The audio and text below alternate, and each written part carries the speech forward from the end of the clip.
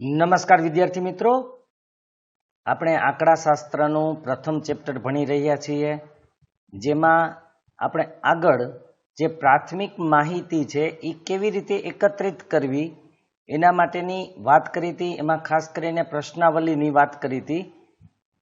હવે આપણે ટપાલ દ્વારા પ્રશ્નાવલી કેવી રીતે મોકલી શકીએ એની વાત કરવાની છે. તો અર્થ પહેલા છે, આદર્શ પ્રશ્નાવલી તૈયાર કર્યા બાદ પહેલા તો પ્રશ્નાવલી એટલે કે તમારે પ્રશ્નો તૈયાર કરી લેવાના છે. ત્યારબાદ જેમની પાસેથી માહિતી મેળવવાની હોય તેવા ઉત્તરદાતાને આપેલ સમય મર્યાદામાં બધા જ પ્રશ્નોના ઉત્તર આપી પરત મોકલી આપે તેવી વિનંતી સાથે ટપાલ દ્વારા પ્રશ્નાવલી મોકલવામાં આવે છે. સમય મર્યાદા મતલબ કે તમે નક્કી કર્યું 1 અઠવાડિયું કે 10 દિવસ કે 15 દિવસ, જે સમયગાળો તમે નક્કી કરેલો હોય એટલા સમયગાળામાં બધા પ્રશ્નોના ઉત્તર આપીને મોકલી દે એવી તમારે વિનંતી કરવાની છે એને, અને વિનંતી કરી અને ટપાલ દ્વારા પ્રશ્નાવલી મોકલવાની, એટલે એક લેટર ભેગો મોકલવાનો કે ભાઈ આટલા દિવસમાં બધા પ્રશ્નોના ઉત્તર આપીને તમે મોકલી આપશો એવી વિનંતી કરું છું. આથી દરેક ઉત્તરદાતાને પ્રશ્નાવલીની સાથે પોતાના સરનામા વાળું એટલે કે માહિતી જે મંગાવનાર હોય એનું યોગ્ય ટિકિટ લગાડેલ જવાબી પરબીડિયું મોકલવું જરૂરી છે. પરબીડિયું એટલે કવર. એ કવરની અંદર જેટલા પૈસાની ટિકિટ કે જેટલા રૂપિયાની ટિકિટ લગાડવાની હોય ટિકિટ લગાડી દેવાની, આપણું એડ્રેસ લખી નાખવાનું. માનો કે આપણે માહિતી મંગાવીએ છીએ તો મેં આગળ પણ એકવાર વાત કરી હતી અને ફરીથી કહું છું કે માહિતી પહેલા તમે જ્યારે મોકલો છો ત્યારે ઈ કવરની અંદર આપણું એક બીજું કવર નાખવાનું છે જેમાં આપણું એડ્રેસ હોય અને એમાં યોગ્ય ટિકિટ પણ લગાડેલી હોય, જેથી મોકલનારને કોઈ દંડ ન થાય. ઉત્તરદાતાએ પોતે જ પ્રશ્નોના જવાબ આપવાના હોય. પ્રશ્નાવલીના પ્રશ્નો સ્પષ્ટ, ટૂંકા, સરળ, મુદ્દાસર અને સ્વયં સ્પષ્ટ હોવા જોઈએ. કારણ બરાબર જોજો, કારણ કે અહીંયા કોઈ પૂછવા વાળો નહીં હોય. બીજી કોઈ રીત હોય પ્રત્યક્ષ કે પરોક્ષ કે તો એમાં કોઈ પૂછવા વાળું હોય, અહીંયા કોઈ પૂછવા વાળું નથી. એટલે આપણે જ્યારે પ્રશ્નાવલી મોકલશું તો જે ઉત્તરદાતા છે, જવાબ આપનાર છે, એ પોતે સમજી શકે એટલા ટૂંકા, સરળ અને વ્યવસ્થિત પ્રશ્નો હોવા જોઈએ. અત્યારના સમયમાં પ્રશ્નાવલી કમ્પ્યુટર એટલે કે ઈમેલ તથા મોબાઈલ દ્વારા પણ મોકલવામાં આવે છે. હવે તો તમે ઈમેલમાં પણ મોકલી શકો અથવા મોબાઈલમાં મેસેજ અથવા પીડીએફ બનાવીને પણ મોકલી શકો છો. એમાં એડિટ કરીને ભરી શકે, અથવા તો ગૂગલ દ્વારા પણ તમે મોકલી શકો છો. જેમ આપણે ટેસ્ટ આપીએ છીએ એ રીતે પ્રશ્નાવલી તમે લિંક મોકલી દો એટલે એ ભરી દેશે. હવે ટપાલ દ્વારા પ્રશ્નાવલી મોકલવાના લાભ શું? તો પહેલો લાભ, જ્યારે માહિતી એકત્રિત કરવાનું ક્ષેત્ર વિશાળ હોય ત્યારે માહિતી એકત્રિત કરવા માટે આ પદ્ધતિ ખાસ ઉપયોગી નીવડે છે. કારણ કે દરેક જગ્યાએ તમે પહોંચી ન શકો તો કંઈ વાંધો નહીં, ટપાલ મોકલી આપો અને એક સાથે બધી માહિતી આવી જાય ઓછા સમયમાં. આ રીત સરળ છે અને ઓછા ખર્ચે વધારે માહિતી મેળવી આપે છે. કારણ કે માહિતી મેળવવા માટે માણસોને રોકવા નથી પડતા. માણસોને મોકલવા આવવા જવાનો ખર્ચો વધુ સમય લાગે કારણ કે મોટો વિસ્તાર હોય. તો એ બધી કડાકૂટમાંથી આપણે બાકાત રહીએ છીએ, એટલે કે એ કડાકૂટ કરવાની જરૂર નથી, માથાકૂટ એવી કોઈ કરવાની જરૂર નથી માણસો દ્વારા. આનાથી સરળતા, ઓછા ખર્ચે અને ઓછા સમયમાં થઈ શકે. જે ક્ષેત્રમાં વ્યક્તિગત કે ટેલિફોનના માધ્યમ દ્વારા સંપર્ક સાધવાનું મુશ્કેલી ભર્યું હોય તેવા ક્ષેત્રમાં રહેતા ઉત્તરદાતાઓ પાસેથી આ ગણક આ રીતે વડે માહિતી મેળવી શકે છે. હા, માની લો કે ક્યાંય આપણે ટેલિફોન દ્વારા ન મોકલી શકીએ એમ હોય કે વ્યક્તિગત સંપર્ક, તો આ ગણક એટલે કે જે માણસ રોકેલો હોય એ ડાયરેક્ટ આવા પ્રશ્નાવલી આપી દે, એ ભરી અને લેતો આવે, તો એ પણ આ રીતે મેળવી શકાય. એમાં પણ ઓછું કામ થાય કારણ કે આ ગણક પોતે પ્રશ્ન પૂછવાની જરૂર નથી, સીધી પ્રશ્નાવલી ભરાવીને જ લઈ આવવાની રહેશે. પણ આપણે કીધું હતું કે જેના લાભ હોય એના ગેરલાભ પણ હોય. તો હવે એના ગેરલાભ શું છે કે જ્યારે ઉત્તરદાતા અશિક્ષિત હોય, હવે અભણ હોય તો એ ભરશે કેવી રીતે? કારણ કે એને વાંચતા નથી આવડતું, લખતા નથી આવડતું, તો ભરવાનું મુશ્કેલ થશે. અને સહકારની ભાવના ધરાવતા ન હોય ત્યારે આ રીત ઉપયોગી નીવડતી નથી. કાં અશિક્ષિત હોય અથવા તો સહકારની ભાવના ન હોય, તમને કોઈ રીતે કોઓપરેટ જ ન કરે કે હવે ભરીશું હાલશે, ન મોકલે તો માહિતી મળતી નથી. તમે ભલે ને કવર અંદર નાખી દીધું હોય અને માહિતી ભરીને મોકલવાનું પાછું કીધું હોય, પણ એ મોકલે જ નહીં તો, અથવા માહિતી ભરે જ નહીં તો. ક્યારેક ઉત્તરદાતા તરફથી મળેલ માહિતી ખોટી હોય છે અથવા અધૂરી, કે જવાબ આપ્યા વગરની જ પ્રશ્નાવલી આ ગણકને પાછી મોકલી આપેલ હોય છે. તો આવું પણ બની શકે કે ઉત્તરદાતા તરફથી મળેલી માહિતી ખોટી, કારણ કે ત્યાં કોઈ આ ગણક તપાસ કરવા વાળી વ્યક્તિ તો હોય નહીં, તો કાં અધૂરી માહિતી આપી દે, જેટલા પ્રશ્નનો જવાબ આવડે એટલા લખી દે, અમુક માહિતી ન આપે, અથવા તો ટોટલી જવાબ આપ્યા વગર માહિતી આપણને પાછી મોકલી દે.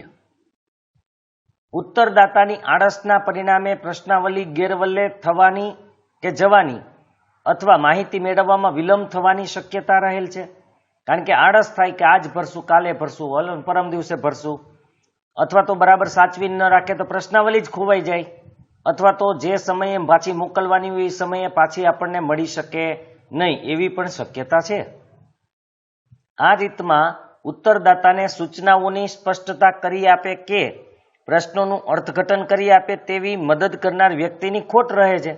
કારણ કે જો એને પ્રશ્ન ન સમજાય, એમાં મુશ્કેલી હોય, તો એને કોણ સમજાવશે, એને કોણ સ્પષ્ટતા કરશે? એટલે એ એક તકલીફ રહે છે આમાં. તેથી જો પ્રશ્નોનું ખોટું અર્થઘટન થાય તો આપણને જવાબ પણ ખોટો મળે, માહિતી પણ ખોટી મળે. એટલે આના ગેરફાયદાઓ પણ છે. સાચી માહિતી અમુક ટકા ન પણ મળે, અથવા તો જેવું ઉત્તરદાતા સમજશે એ પ્રમાણે જવાબ લખશે. આપણે કંઈક અલગ માહિતી જોતી હોય ને એ કંઈક અલગ ભરીને મોકલે, એવું પણ બની શકે.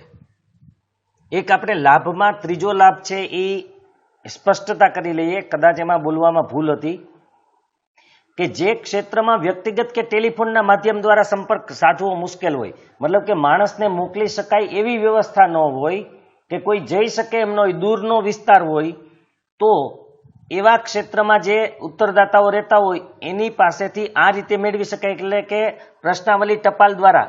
કારણ કે ત્યાં એટલા બધા દૂર જવાની જરૂર નથી, અથવા કોઈ દુર્ગમ વિસ્તાર હોય, પહાડી વિસ્તાર હોય, તો પણ આપણે આવી રીતે માહિતી મેળવી શકીએ છીએ. તો એમાં આ સ્પષ્ટતા કરવી જરૂરી હતી.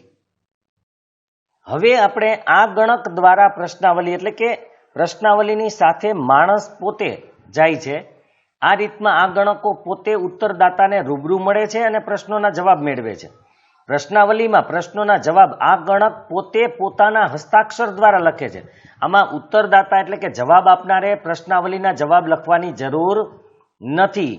અહીંયા માત્ર ને માત્ર પ્રશ્ન ઉત્તરદાતાને પૂછવામાં આવશે, પણ લખશે કોણ? તો કે જે માહિતી લેવા ગયેલ વ્યક્તિ, એટલે કે આ ગણક જેને માહિતી જોઈએ છે પોતે જ પોતાના હસ્તાક્ષર એટલે પોતાના અક્ષરોએ અથવા તો અક્ષરો વડે લખશે. આમ અગાઉની રીત અને આ રીતમાં તફાવત એ છે કે અગાઉની રીતમાં ઉત્તરદાતાને પ્રશ્નાવલી ટપાલ દ્વારા મોકલવામાં આવે છે, જ્યારે આ રીતમાં આ ગણક પોતે પ્રશ્નાવલી લઈને જાય છે. પોતે જ પ્રશ્નોનું આખું લિસ્ટ કે કાગળ, ખાલી ફરક એટલો છે કે આમાં ટપાલ દ્વારા મોકલો, આમાં ખુદ લઈને જાય. બાકી એ જ પ્રશ્નાવલી, એ જ કાગળ હોય અને ઉત્તરદાતાને રૂબરૂ મળે છે. અહીંયા આ ગણકો ઉત્સાહી, વિનયી, પ્રામાણિક અને તેમના કાર્યમાં કુશળ હોવા જોઈએ, જેથી કરીને ઉત્તરદાતાને પ્રશ્નોને અનુરૂપ અને પૂરક જાણકારી પૂરી પાડીને પ્રશ્નોના સાચા જવાબ મેળવી શકે. કારણ કે એને ઉત્સાહ હોવો જોઈએ. જો એ નિરુત્સાહ હોય, હતાશ હોય અને માહિતી મેળવવા જાય તો સાચી માહિતી મેળવી શકશે નહીં. કારણ કે ઘણી વખત એને અન્ય પ્રશ્નો દ્વારા પણ સાચી માહિતી મેળવી શકાય. તમારે પૂરક પ્રશ્નો પૂછવા પડે, પૂરક પ્રશ્નો દ્વારા પણ તમે માહિતી મેળવી શકો. મેઇન પ્રશ્ન તો હોય એ ઉપરાંત પણ તમે અન્ય પ્રશ્નો પણ પૂછી શકો છો ને એ મુજબ તમને માહિતી મળી જાય. બીજું વિનયી હોવા જોઈએ, વિનમ્ર હોવા જોઈએ. કારણ કે જે ઉદ્દંડ હોય એવા લોકો એમાં ન ચાલે. વિનમ્રતાથી એકદમ આરામથી, કારણ કે તમારે માહિતી જોઈએ છીએ, એને આપવી નથી. એટલે તમારે વિનમ્રતાથી માગવી પડે, વિનમ્રતાથી વાત કરવી પડે, પ્રામાણિક હોવા જોઈએ, કાર્યમાં કુશળ હોય, નહીંતર સાચી માહિતી નહીં મળે. આગણકને ઉત્તરદાતા સાથે કોઈ પણ જાતના બિનજરૂરી વિવાદમાં ન ઉતરવા કે એની માનહાનિ ન થાય તેવી તકેદારી રાખી મિત્રતાભર્યું વાતાવરણ સર્જવા સૂચના આપવામાં આવે છે. કારણ કે ઉત્તરદાતા સાથે માહિતી મેળવવામાં માથાકૂટ ન કરવી જોઈએ. ખોટો વિવાદ, ખોટી માથાકૂટ, ખોટો ઝઘડો નહીં કરવાનો, વાદ વિવાદ નથી કરવાનો, અને ઉત્તરદાતાનું માન ઘવાય એવી પણ પ્રવૃત્તિ આપણે નથી કરવાની. બંને વચ્ચે મિત્રતાભર્યું વાતાવરણ રહે એવી સૂચના જ્યારે માહિતી લેવા જાય ત્યારે આપવામાં આવે છે. હવે આ ગણક પોતે પ્રશ્નાવલી લઈને જાય એ પદ્ધતિના લાભ શું? તો યોગ્ય આ ગણકોની પસંદગી કરીને ઉત્તરદાતા પાસેથી પૂરી, સાચી અને વધારે યોગ્ય માહિતી મેળવી શકાય. કારણ કે ખુદ જાય અથવા માણસ દ્વારા જ્યારે માહિતી મેળવવામાં આવે ત્યારે સચોટ માહિતી મળી શકે. કારણ કે કોઈ સમજવામાં ગડબડ હોય તો સાચો પ્રશ્ન રજૂ કરી શકે. કેટલું લખવું, કેવી રીતે લખવું, એ પણ એની પાસેથી માહિતી મેળવી શકે. એટલે આ ગણક સામે હોય તો જવાબ લખનારને કોઈ પ્રોબ્લેમ ન આવે, એટલે જવાબ દેનારને. જ્યારે ઉત્તરદાતા અશિક્ષિત હોય અથવા સહકાર આપે તેવા ન હોય ત્યારે ઉત્તરદાતાને યોગ્ય ખુલાસો આપી તે યોગ્ય માહિતી મેળવી શકે.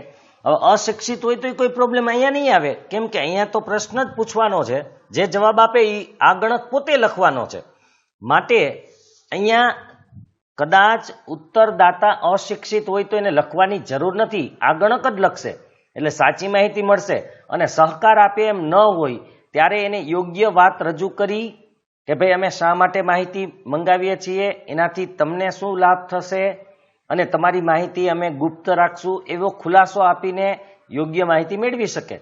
પ્રશ્નાવલી ગેરવલ્લે જવાનો કે પ્રશ્નાવલીના પ્રશ્નોની અધૂરી માહિતી મળવાનો પ્રશ્ન ઉપસ્થિત નથી થતો. કારણ કે આમાં તો ખુદ ગયો છે ભરવા માટે કે ભરાવવા માટે, તો અડધી પડધી માહિતી આવે એવું નહીં બને, અથવા તો પ્રશ્નાવલી ખોવાઈ જાય એવું પણ નહીં બને. કારણ કે એ જ લઈને આવશે આ ગણક પોતે. એને કારણે સચોટ માહિતી મળશે. મળેલ માહિતી વધારે વિશ્વસનીય હોય, કારણ કે સામે બેસીને લખેલ છે અને એકદમ એક એક પ્રશ્નની છણાવટ કરી, ચોખવટ કરી અને પછી જવાબ લખેલો હોય, એટલે માહિતી ખોટી હોવાની શક્યતા બહુ ઓછી થઈ જાય. હવે ગેરલાભ, કેટલીક વખત પૂરતા પ્રમાણમાં નિષ્ણાંત આ ગણકો મેળવવાનું એકદમ મુશ્કેલ બની જાય. એટલે કે સારા એવા આ ગણકો મળતા નથી. જે હોશિયાર હોય, કુશળ હોય, પારંગત હોય, ઉત્સાહી હોય એવા આ ગણક આપણને નથી મળતા. બીજું, મોટી સંખ્યામાં નિમાયેલ આ ગણકોને લીધે તેમને ચૂકવવામાં આવતું મહેનતાણું તપાસના કુલ ખર્ચમાં વધારો કરે. કારણ કે જેટલા માણસો રોકશો એટલો ખર્ચ વધશે, એને તમારે પૈસા આપવા પડે, મહેનતાણું આપવું પડે, એટલા માટે એ ખર્ચ વધી જશે. તપાસ માટેના બિન તાલીમબદ્ધ આ ગણકોને તાલીમ આપવાનું કાર્ય ખૂબ જ મુશ્કેલી ભર્યું છે. કારણ કે જેને ટ્રેનિંગ નથી, જેને કંઈ ખબર નથી, તો એના માટે પહેલાં એને ટ્રેનિંગ આપવી પડે, અને ટ્રેનિંગ આપવામાં ઘણો સમય વહી જાય, થોડીક મુશ્કેલી થાય, ખર્ચ પણ થાય. એ જ્યારે ટ્રેનિંગ પ્રાપ્ત થાય પછી જાય તો એમાં ઘણું બધું અઘરું કાર્ય થઈ જાય. વળી તાલીમ મેળવ્યા બાદ તેઓ કુશળતાપૂર્વક, પ્રામાણિકતાપૂર્વક અથવા તો કાર્યદક્ષતાપૂર્વક કામ કરશે તેવું માની લેવું વ્યાજબી નથી. કારણ કે તાલીમે લઈ લીધી, બધું આવડી ગયું, પણ એ હોશિયારીથી, પ્રામાણિકતાથી અને પૂરેપૂરું કાર્યદક્ષ થઈને કામ કરશે કે નહીં એ પણ આપણે ખબર હોતી નથી. ભલે ટ્રેનિંગ બધું આવડતું હોય પણ કામ વ્યવસ્થિત ન કરે તો. તેથી ક્યારેક તેમના દ્વારા મેળવેલ માહિતી શંકાસ્પદ બની જાય છે. કારણ કે પોતે ને પોતે એમને ભરી લે, કદાચ એવું પણ બની શકે. આળસુ હોય, જ્યારે ઉત્તરદાતા વિશાળ ક્ષેત્રમાં ફેલાયેલ હોય ત્યારે આ રીતે અયોગ્ય બની જાય. કારણ કે વળી ક્ષેત્ર વધ્યું એટલે આ ગણકને તમે મોકલો તો એની જ થઈ જવાનું છે. આ સંજોગોમાં તપાસના ખર્ચ અને સમયમાં વધારો થાય. કારણ કે વધુ માણસો રોકવા પડે, વધારે સમય લાગે. આ ગણકોએ માહિતી આપનાર સાથે સમયની અનુકૂળતા ગોઠવવી પડે છે. કારણ કે ગમે એના ઘરે ગમે ત્યારે જાય તો કંઈ હાજર હોય એવું જરૂરી નથી. એને સમય પૂછવો પડે, ક્યારે હાજર હશે, એ સમયે એને પોતે હાજર થવું પડે. અથવા કેટલીક વખત એક જ ઉત્તરદાતા પાસે 2-3 વખત મુલાકાત લેવી પડે. કારણ કે ક્યારેક મળે, ન મળે, ઓછો સમય મળે. પરિણામે તપાસ નિર્ધારિત સમયમાં પૂરી કરવી શક્ય બનતી નથી. પ્રાથમિક માહિતી એકત્રિત કરવા અગાઉ ચર્ચા કરેલ 3 રીતો પૈકી કોઈ એક રીતનો સ્વીકાર કરવા માટે કોઈ ચોક્કસ નિયમ નથી. તમે ગમે એ રીત પસંદ કરી શકો છો. કોઈ એવું નથી કે આ રીત માટે આ જ રીત પસંદ કરી શકીએ અથવા આ માહિતી મેળવવા માટે આવી જ રીતનો આપણે ઉપયોગ કરવો પડે. તપાસ માટેની રીતની પસંદગીનો આધાર મુખ્યત્વે નીચેની બાબતો ઉપર આધાર રાખે છે કે તમે જે તપાસ કરો છો એના માટે કઈ રીત પસંદ કરશો. તો એના માટે નીચેની બાબત જરૂરી છે. 1. તપાસ હેઠળ આવતા ક્ષેત્રનો વિસ્તાર ફેલાવો મોટો વિસ્તાર છે કે નાનો વિસ્તાર છે એ મુજબ તમારે રીત પસંદ કરવી પડે. આપણે કીધું હતું નાનો વિસ્તાર હોય તો પ્રત્યક્ષ રીત હાલે, મોટો વિસ્તાર હોય તો પરોક્ષ રીત હાલે અથવા એનાથી વધારે પ્રશ્નાવલી હાલે. બીજું, તપાસનો હેતુ શું છે? તમે શેના માટે તપાસ કરવા ઈચ્છી રહ્યા છો? પર્સનલ માહિતી છે, કોઈ ફેક્ટરી માટેની છે, એ પણ જરૂરી છે. કારણ કે શેના માટે માહિતી જોઈ છે અને કેટલી સચોટ માહિતી જોઈ છે એ મુજબ આપણે રીત પસંદ કરવી પડે. નાણાકીય જોગવાઈ કેટલી તમારી પાસે? ખર્ચ વધુ કરી શકો એમ છો કે ઓછો ખર્ચ કરી શકો એમ છો એ મુજબ આપણે પદ્ધતિ નક્કી કરવી પડે. ઓછા ખર્ચે કરવું હોય તો પછી પ્રશ્નાવલી કરવી પડે અથવા તો પરોક્ષ રીત હાલે. વધુ ખર્ચ કરવો હોય તો તમે પ્રત્યક્ષ અથવા આગણક દ્વારા પ્રશ્નાવલી પણ કરી શકો.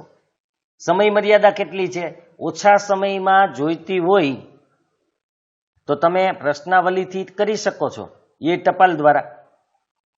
કુશળ આગણકો મેળવવાની શક્યતા કેટલી છે? તમને જો સારા કુશળ આગણકો મળી જતા હોય તો તમે પ્રત્યક્ષ તપાસ પણ કરી શકો છો, આગણકો દ્વારા પ્રશ્નાવલી પણ ભરાવી શકો છો. ચોકસાઈના ધોરણ કે આપણે મેં કીધું એમ કેટલી સચોટ માહિતી જોઈ છે, કેટલી ચોકસાઈપૂર્વક જોઈ છે એ મુજબ તમારે એની રીત પસંદ કરવી પડે. ત્યાર પછીનો આપણો છેલ્લો પોઈન્ટ આમ તો છે ગૌણ માહિતી. હવે ગૌણ માહિતીના પ્રાપ્તિ સ્થાન. ગૌણ માહિતી આપણને ક્યાં ક્યાંથી મળે? તો એના માટેના 2 પ્રાપ્તિ સ્થાન, પ્રકાશિત અને બિન પ્રકાશિત. પ્રકાશિત એટલે જે કોઈમાં છાપેલ હોય, જાહેર કરેલી હોય એવી, અને બિન પ્રકાશિત જે લોકોને બતાવવામાં નથી આવતી કે જાહેર કરવામાં નથી આવતી એવી માહિતી. પ્રકાશિત હોય છાપામાં પણ હોઈ શકે, કોઈ પુસ્તકોમાં હોઈ શકે. તો પ્રકાશિત પ્રાપ્તિ સ્થાનો દ્વારા ગૌણ માહિતી. પ્રકાશિત જે જાહેર કરેલ હોય, જેમ કે સરકારી પ્રકાશનો, લોકોની જાણ માટે કેન્દ્ર સરકાર અને રાજ્ય સરકારના ઘણા બધા એવા સંગઠનો છે કે જેઓ આંકડાકીય માહિતી એકઠી કરે છે અને તેમના તારણો પ્રકાશિત કરે, એટલે કે લોકોને બતાવે. એ છાપાઓ દ્વારા, ટેલિવિઝન દ્વારા, પુસ્તકો દ્વારા કે નાની પુસ્તિકાઓ દ્વારા. કેટલાક સરકારી પ્રકાશનો નિયમિત રીતે અને નિયત સમયે માહિતી પૂરી પાડે જ છે. અમુક સરકાર દ્વારા જ આવા મેગેઝિન, સામયિક કે એ બહાર પાડવામાં આવતું હોય, અમુક અઠવાડિક કે એવા છાપાઓ બહાર પાડતા હોય તો એની અંદર ચોક્કસ માહિતી નિયમિત રીતે નિયત સમયે આપવામાં આવતી હોય. દાખલા તરીકે કેન્દ્રીય આંકડાકીય સંગઠન CSO, રાષ્ટ્રીય નિદર્શ તપાસ સંગઠન NSSO, ભારતના વસ્તી નિયામક અને રજિસ્ટ્રાર જનરલની કચેરી, ખેતીવાડી સંશોધનની ભારતીય કારોબારી જેને ICAR કહેવાય છે, પછી statistical abstract of Gujarat state, statistical outline Gujarat state, socio economic review Gujarat state. આ બધી એવી સંસ્થાઓ છે કે જે કોઈ ખેતીવાડીને લગતા હોય, કોઈ વસ્તીને લગતા હોય, કોઈ શિક્ષણને લગતા આંકડા હોય, રોજગારી કે બેરોજગારીને લગતા આંકડાઓ હોય, સામાજિક જે આપણું વિકાસ છે, આર્થિક વિકાસ છે એના આંકડા હોય, તો એવા આંકડાઓ વારે વારે એ લોકો બહાર પાડતા હોય છે. આવા સરકારી સંગઠનો દ્વારા પ્રકાશિત થયેલ માહિતીમાંથી જથ્થાબંધ ભાવનો સૂચકાંક. સૂચકાંક તમારે આગળ 12માં આવશે, આમાં પણ આવશે આગળ. તો જથ્થાબંધ ભાવનો સૂચકાંક, જથ્થાબંધ ભાવનો એને ઇન્ડેક્સ કહેવાય. સૂચકાંક એટલે જથ્થાબંધ ભાવ કેટલો છે એ મુજબ આપણને એમાંથી માહિતી મળે છે. તો જથ્થાબંધ સૂચકાંક અહીંયા મળશે. પછી શું મળશે? આયાત નિકાસના આંકડા મળશે, જન્મ મરણના આંકડા મળશે, ખેતીવાડી એટલે કે કૃષિ વિષયક આંકડા મળશે, વસ્તી ગણતરીના પરિબળોને લગતી માહિતી મેળવી શકાય. તો આવી જુદી જુદી માહિતીઓ તમે એમાંથી મેળવી શકો છો. ત્યાર પછી અર્ધ સરકારી પ્રકાશનો. અર્ધ સરકારી સંસ્થાઓ જેવી કે જીવન વીમા નિગમ, અડધી સરકારી અડધી પ્રાઇવેટ જેવી, તો અર્ધ સરકારી, પૂરેપૂરી સરકારી નથી હોતી. સરકારનું જાહેર સાહસ કહેવાય આમ તો જીવન વીમા નિગમ હોય, રાજ્ય વિદ્યુત બોર્ડ જે આપણે ખબર છે કંપનીઓ ચલાવે છે, પીજીવીસીએલ હોય કે ડીજીવીસીએલ હોય કે નિયમિત રીતે વિવિધ અગત્યની માહિતીનું પ્રકાશન એ પણ કરતા રહીએ છે. જીવન વીમા વાળા છે, ઇલેક્ટ્રિક બોર્ડ વાળા છે, એટલે કે લાઇટ વાળા, જીઈબી જેને આપણે કહેતા. આંતરરાષ્ટ્રીય પ્રકાશનો હોય, આંતરરાષ્ટ્રીય સંગઠનો જેવા કે યુનાઇટેડ નેશન્સ ઓર્ગેનાઇઝેશન, આંતરરાષ્ટ્રીય નાણાં ભંડોળ, આંતરરાષ્ટ્રીય મજદૂર સંગઠન દ્વારા અગત્યની માહિતી પ્રકાશિત કરે, એ પણ મજૂરની હોય, દેશોની હોય, વસ્તીની હોય, એ બધી માહિતી સમયાંતરે બહાર પાડતા જ હોય છે. તો એમાંથી પણ આપણે આંકડા મેળવી શકીએ. એ ગુણ માહિતી છે. આપણે કોઈએ મેળવેલી માહિતી મેળવીએ તો ગુણ છે, યાદ રાખજો. આ બધી સંસ્થાએ પોતાના માટે માહિતી મેળવેલી અને એમાંથી જો આપણે માહિતી મેળવીએ તો એને ગૌણ માહિતી કહેવાય છે. ચોથું છે સંશોધક સંસ્થાના અહેવાલો.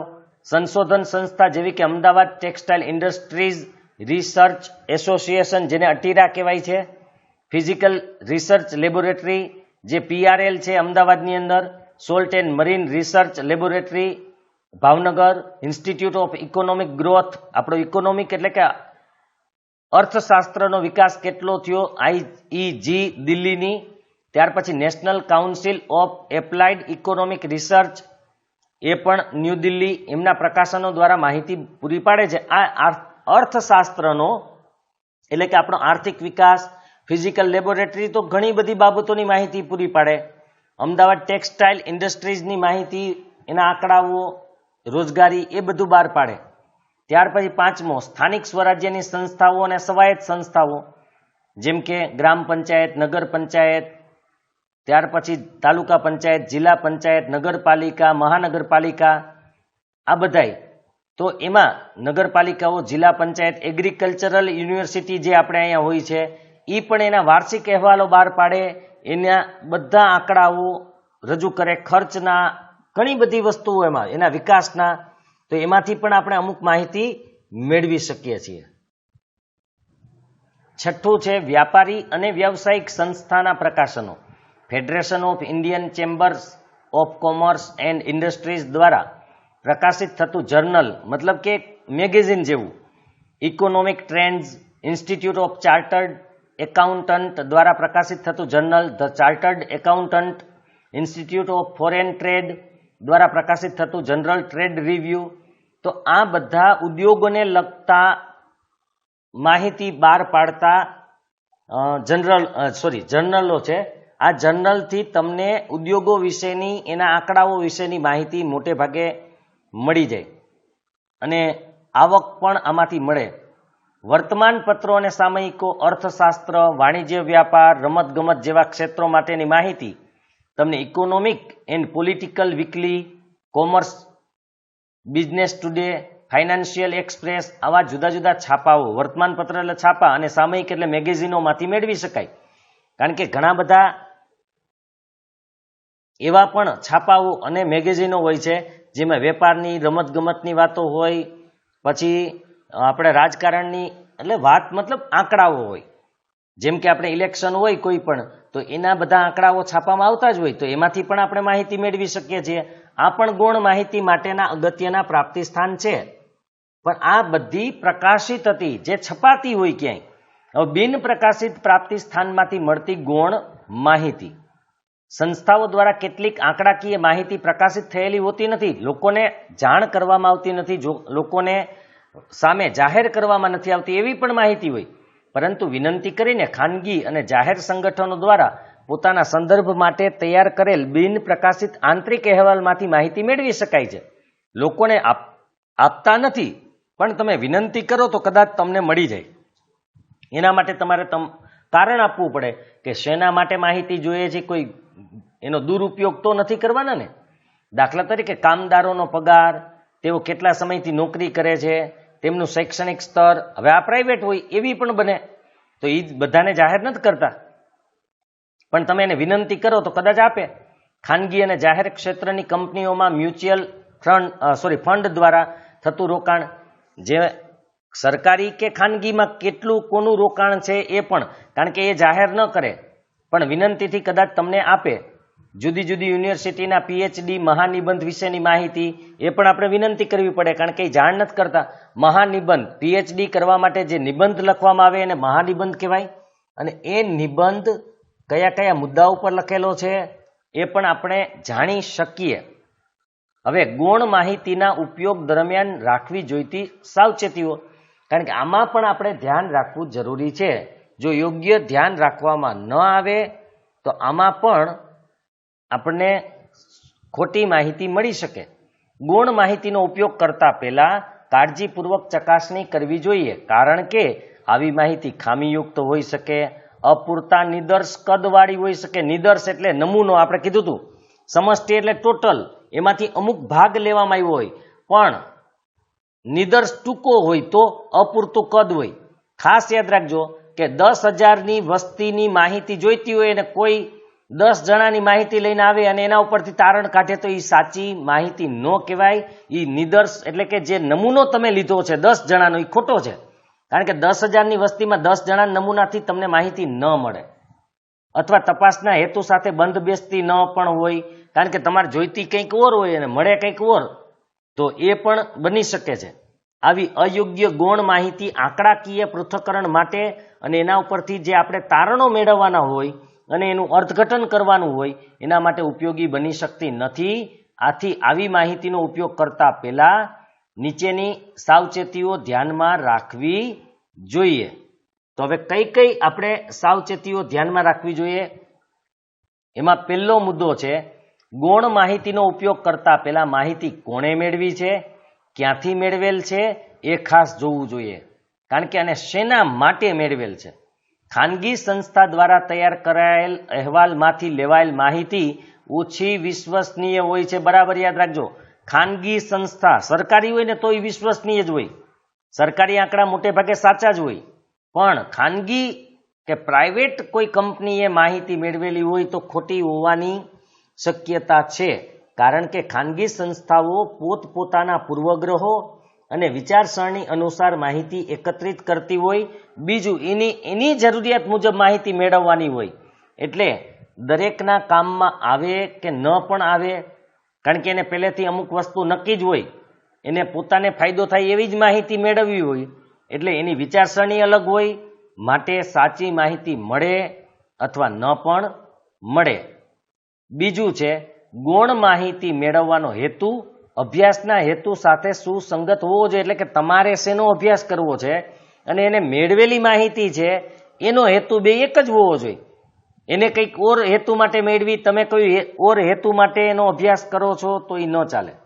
અન્યથા આવી માહિતી બિન ઉપયોગી એટલે કે નકામી બની જાય છે, એ તમારા માટે કોઈ કામની રહેતી નથી.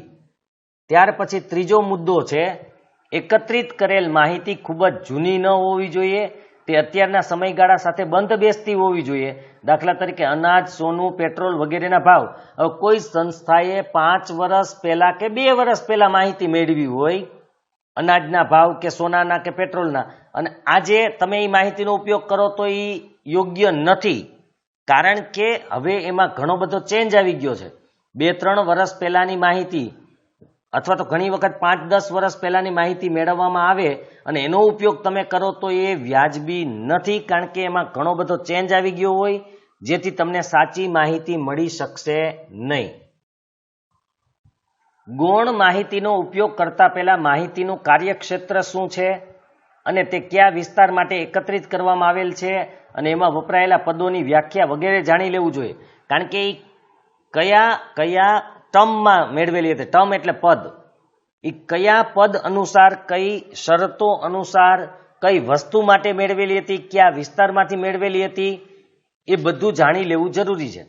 સીધી આ ગણિત કરેલ માહિતીનો ઉપયોગ કરવાનું ટાળવું જોઈએ. આ ગણિત એટલે કે એને આખી ગોઠવેલી હોય, કારણ કે એને પોતે અર્થઘટન કાઢ્યું હોય, તમારે કાચી માહિતી એની પાસેથી મેળવવાની, અર્થઘટનને પૃથ્થકરણ તમારે કરવાનું.